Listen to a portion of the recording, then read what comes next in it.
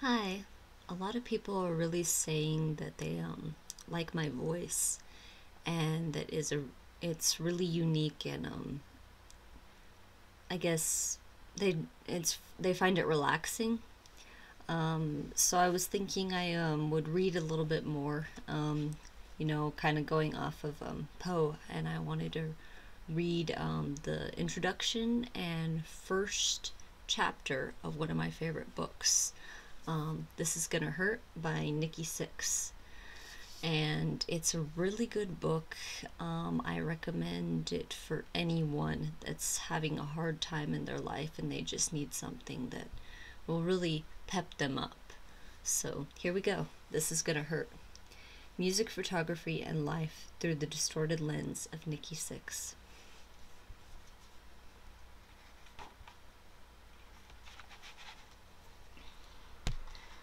You're probably wondering why I invited you here.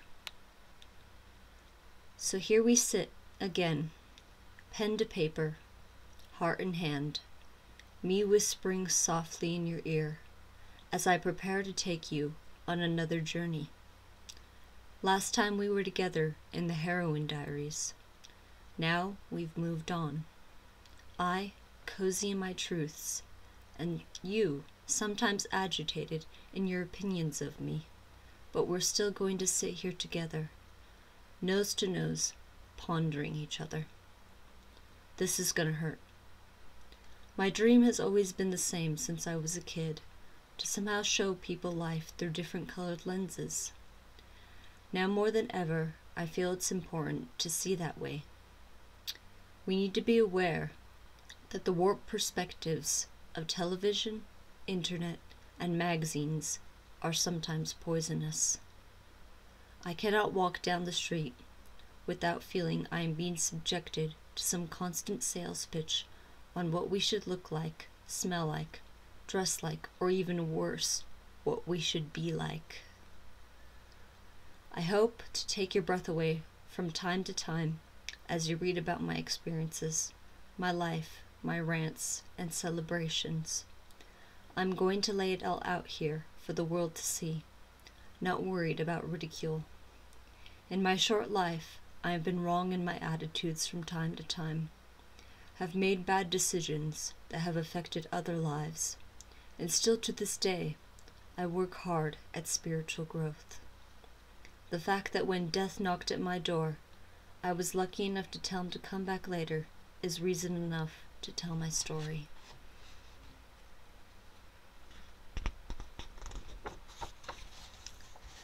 But my story isn't so much about me as it is about life. I am just a man with a megaphone.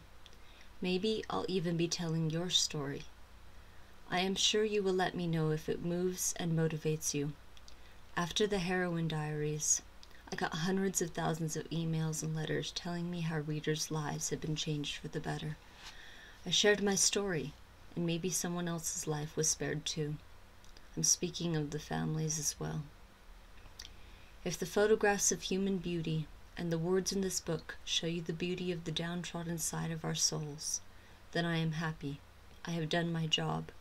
It's never too late to wake up. It's never too late for a change. I, too, am changing. I am writing this book partly in hopes that it will move somebody to pick up a camera, write a poem, pen a song, or take a shot at any other dream. I've always said, if you can dream it, you can have it. In my heart, I am wishing that these musings might motivate someone, somewhere, to do great things. Back when I wrote Shout at the Devil, I was motivated by anger, more aware that I am in a position to be heard. As I mature and become more conscious, I take this responsibility seriously. My personal struggle is this: how do I continue to do things of importance, to grow as a man, yet remain this crazy artistic father, photographer, rock and roller, and businessman, and still not lose my edge? I think the only answer is to keep digging in my past and poking at it, all the wounds, until I've discovered and healed every last one. The pain gives me the edge. I am grateful for it. I think I have answered a few of my own questions here in this book. I try to be honest and walk my talk. I'm happy to roll up my sleeves, tattoos and all, and let you see that I wear my heart for the world to see, scars and all. So the question is, are you ready? I am. So let's go. Chapter 1. Look through my cracked viewfinder. This all started innocently enough. It was a crisp morning in 1989. I was newly sober and looking for something to replace the drugs that had been running through my bloodstream for years, and for some odd reason decided to go into a camera store. It was a simple little Canon 35mm SLR and a couple of lenses that started an adventure that will probably plague me forever, like music. Well, okay, to be honest, it wasn't really the beginning of me shooting pictures. I had been snapping Polaroids of the band and our life on the road for many years, but that's a different book. I believe my photography addiction somehow ties into the fact that I have always had an eye for the oddities in life. Even as a kid, I saw the world in my own way, and thought most things that were different were beautiful and magical, even things that other people thought were horrifying and disgusting and weird. I'm 6 or 7 years old, walking down a street in LA with my mother.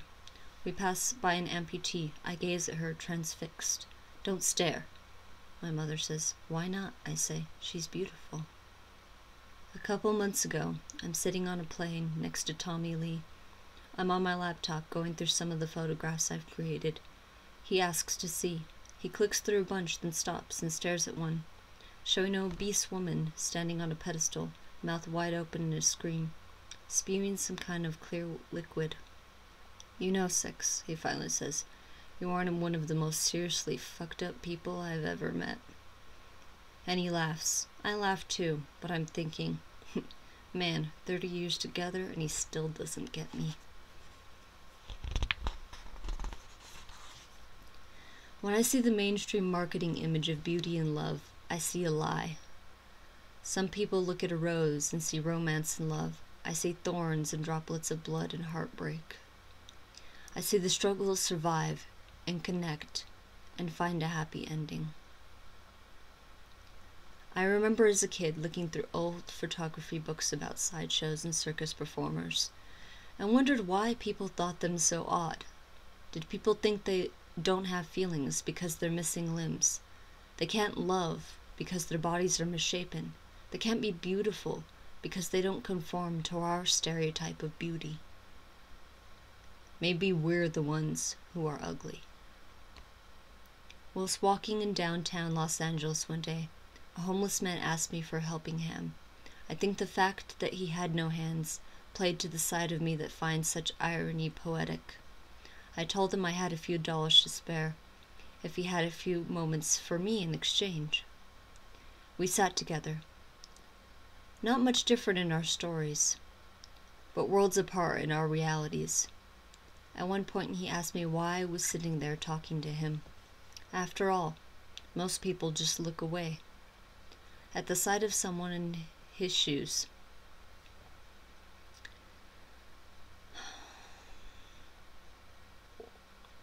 Or lack thereof.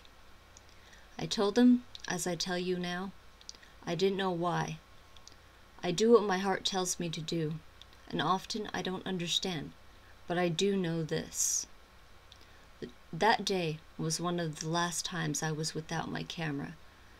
The man's image haunts me still, not in sorrow, but because he too is a survivor, and he felt blessed to be alive, even on the hard streets of downtown LA. Not capturing that moment was a great lesson in being a photographer. Life is so full of so many false starts and abrupt finishes and unexpected detours. Just when you think you have it all figured out, something new comes along and rips the rug right out from under you. I cherish this about my existence. People come up and ask, Nikki, how can you be in one of the world's biggest rock bands and have a side with a hit album, have a clothing line, be a successful author, have your own radio show, be a father of 4, and on top of that, still have such cool-ass hair. I say, wait, what about my photography? But now, I can't imagine not taking pictures, whenever the moment moves me. From the first rays of morning light bouncing off the windowsill, to the laughter roaring of a wild man standing on the corner of the freeway, begging for change. Beauty is in the eye of the beholder, they say, and I say they're right. I also say you see what you want to see, so I keep my eyes wide, open at all times. I sometimes feel like a robot, scanning the planet for information.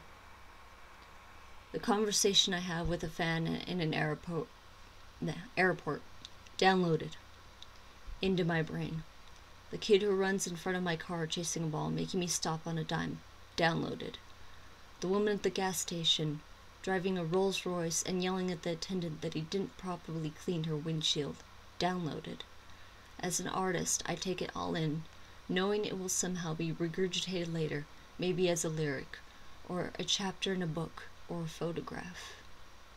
When I see something, I grab whatever's handy and start clicking my iPhone, my Holga or Deanna toy cameras, my little Canon point and shoot, my homemade pinhole wooden camera, or the big Nikon D3, or my new friend, a Giles Fowler wet plate camera from 1890. All just different ways to collect what falls beneath my gaze. I think the photographer who tunes up his nose at a low-res cell phone camera has lost what he fell in love with in the first place. Capturing that magical moment. Taking a picture is just telling a story. You know, like the blink of an eye, a flash, then it's gone. You know that for me, the magic is in the moment. I live for the mystery of that. I learned this somewhere along the way.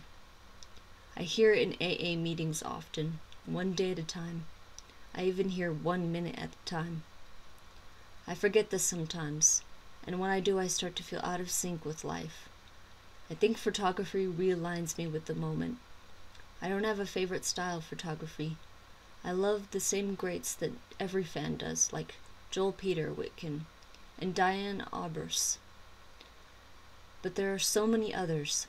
I recently found a wonderful book when I was in London entitled Le Temple aux Miros by the French photographer Irana Ioscona.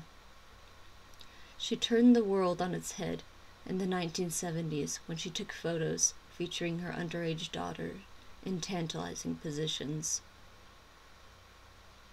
A pre-sexual kitten mixed with Bordello Queen, raw and beautiful in the lighting, and rich in texture thanks to the dark work. It was brilliant, but it was also her own young daughter, nude, for all the world to see.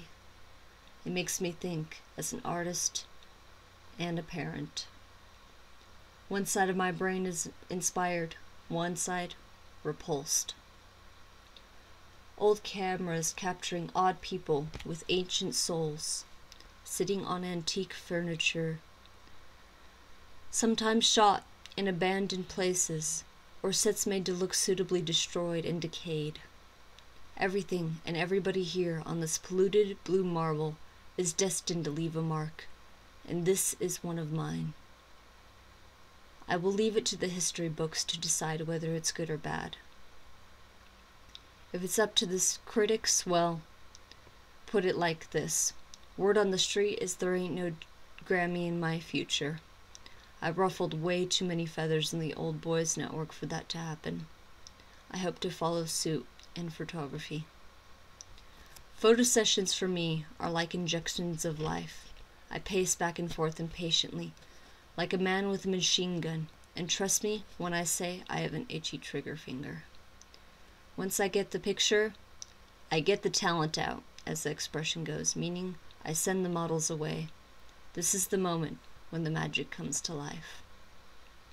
It's like capturing a soul, going through the photos frame by frame, cursing the focus on this one, amazed at the perfection of that one.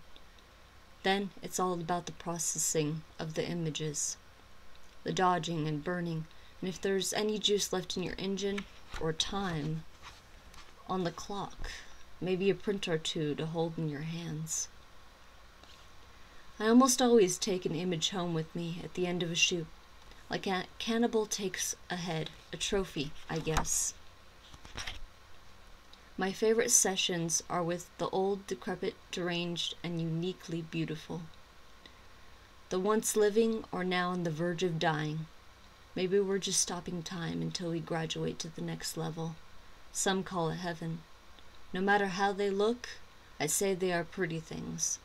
After all, if they can make you feel, they must be special. There is a sensation to something that has been around for a long time, a kind of energy that I get from it.